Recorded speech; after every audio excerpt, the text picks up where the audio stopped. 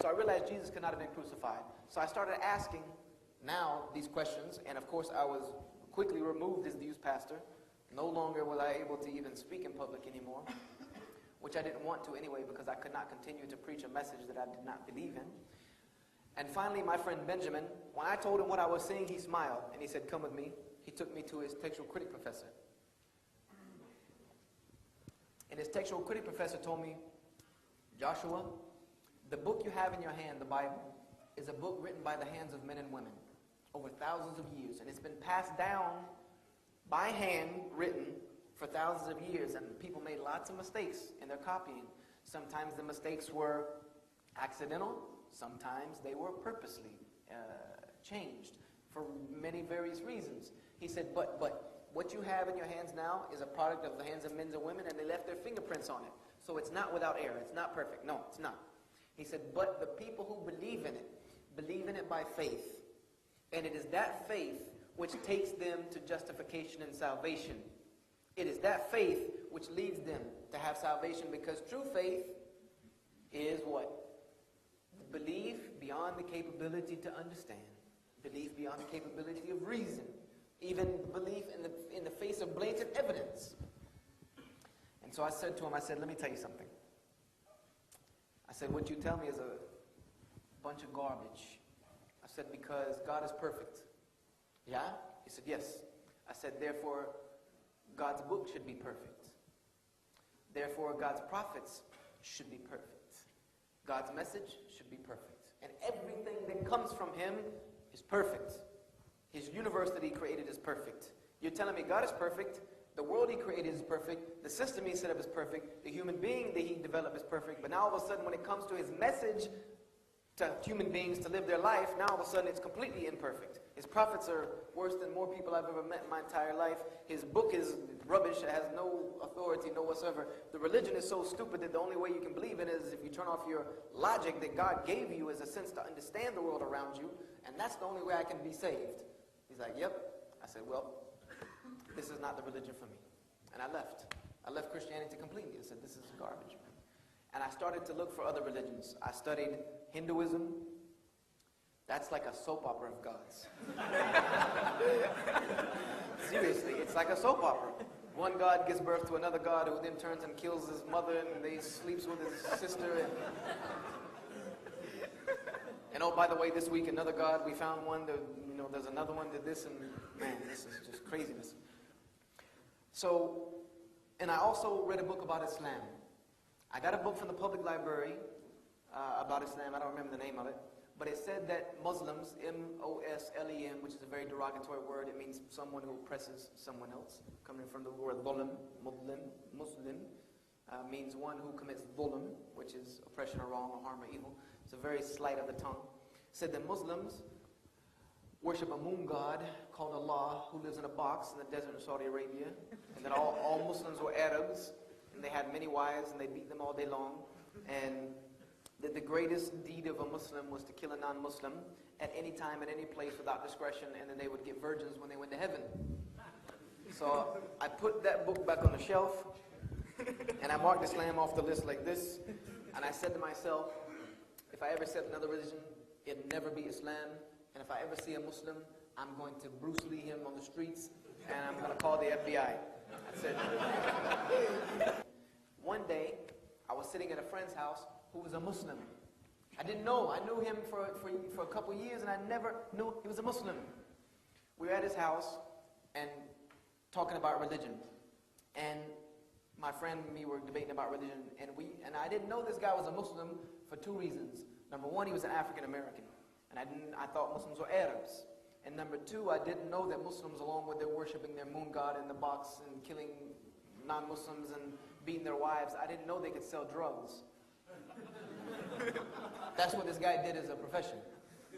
He was like, no, seriously, I'm a Muslim. I'm like, you're black, man. You know what I mean? He's like, you think I don't know that? I was like, you can't be a Muslim, they're Arabs. He's like, what were you talking about? So I told him what I knew about Islam. He was like, man, what in the world? Whatever you read, this is the biggest garbage I've ever seen. He said, Islam is the complete opposite of that. So I told him, I was like, all right, tell me about Islam. He said, I can't because I'm not the best Muslim. I said, I can't. He said, I barely pray 5 times a day like I'm supposed to. I don't do the best that I should.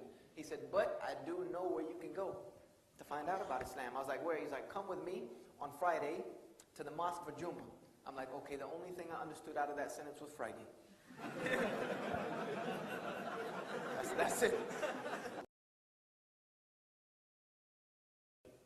So after the prayer, the imam came to me. You know how we do our dawah, the 5 pillars of Islam, or this, the 6 beliefs, or that. I'm like, look, buddy, I don't mean to be mean, but there's nothing you can tell me that's going to make me believe in your religion, because I've heard it all before. I've heard everybody's little spiel about what their religion is about, and I'm not going to, nothing you could say can make me believe. I was a little bit arrogant, but I said, but I want to ask you something. Do you have proof? Is there proof? Because my grandfather taught me when I was a kid, and I've used this ever since then. He said to me, young man, the truth always comes with proof. Therefore, if somebody tells you they're telling you the truth, ask them for some proof. So I said, do you have proof? Do you have something you can put right here in my hand to tell me what your religion is? And he smiled. He said, come with me. He took me to his office. He reached on the shelf, and he pulled off a book, and he put it in my hands. And I looked at it, and it said, the Holy Quran. He said, this is our book from God. And he started telling me, the Prophet Muhammad was revealed this book. He said, look here, you don't need to tell me anything. If your book is what you say it is, it'll say it all by itself. So I took the Quran home and I started reading it. I started reading the Surah Al-Fatiha, reminded me of the Lord's Prayer. What caught my attention more than anything, and what really, really made me read the book, was the 2nd verse of the 2nd chapter. The 2nd verse of the 2nd chapter told me that this is the book that has no doubt in it, no discrepancies, because I was reading the Noble with the little commentary, no discrepancies, no contradictions, no distortions, and it is a guidance for those who fear God. I was like, are you serious? Really?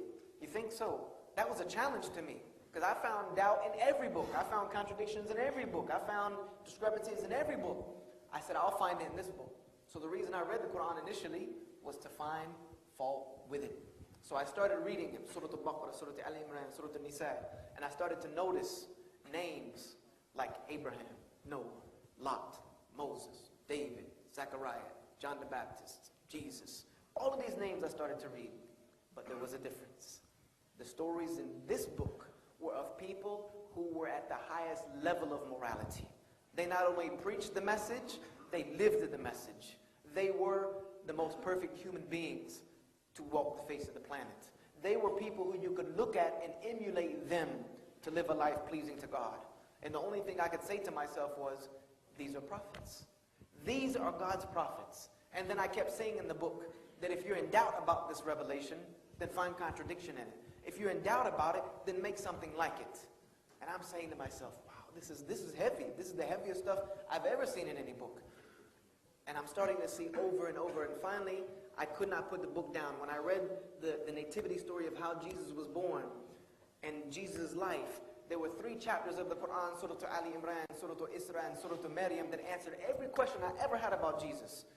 By the time I put the book down, Sunday, 3 days, I was addicted to this book. By the time I turned chapter 114 of the Quran, it was late at night in my room at home, and I remember I was in tears, because the only thing I could say to myself was, this is the book that has no doubt in it, and is a guidance for those who fear God. And I said to myself, that day I want to be a Muslim. I don't care what these people are, I don't know anything else about them except this book. If they follow this book, then I want to be like them. So on Monday I went back to the masjid, it was locked. So I found the imam, somebody took me to his house.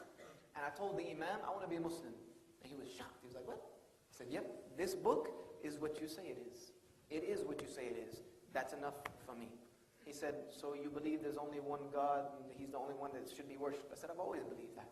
I've just never seen it like this. He said, but I have to tell you a little bit about Muhammad, because the second part, sallallahu alayhi wa sallam, the second part of the shahada is to believe in Muhammad, sallallahu alayhi wa sallam. I said, there's only one thing you need to tell me about Muhammad. He said, what? I said, did he give us this book? He said, yes. I said, then he's a prophet. This is his evidence. I said, because God is perfect, this book is perfect. Therefore, whoever it came through, they're perfect. So I said, Muhammad Rasulullah. So that day, December of 1998, I accepted Islam. I said that this is it. This is my way of life. And I know I've kept you forever, but I want to spend 5 minutes telling you why I tell my story. Because if I do it just for entertainment, then wallahi, I could have stayed at home. I could have saved myself 15 hours on a plane. Seriously, you could have put it on the screen and watched it on YouTube. It's probably better than live.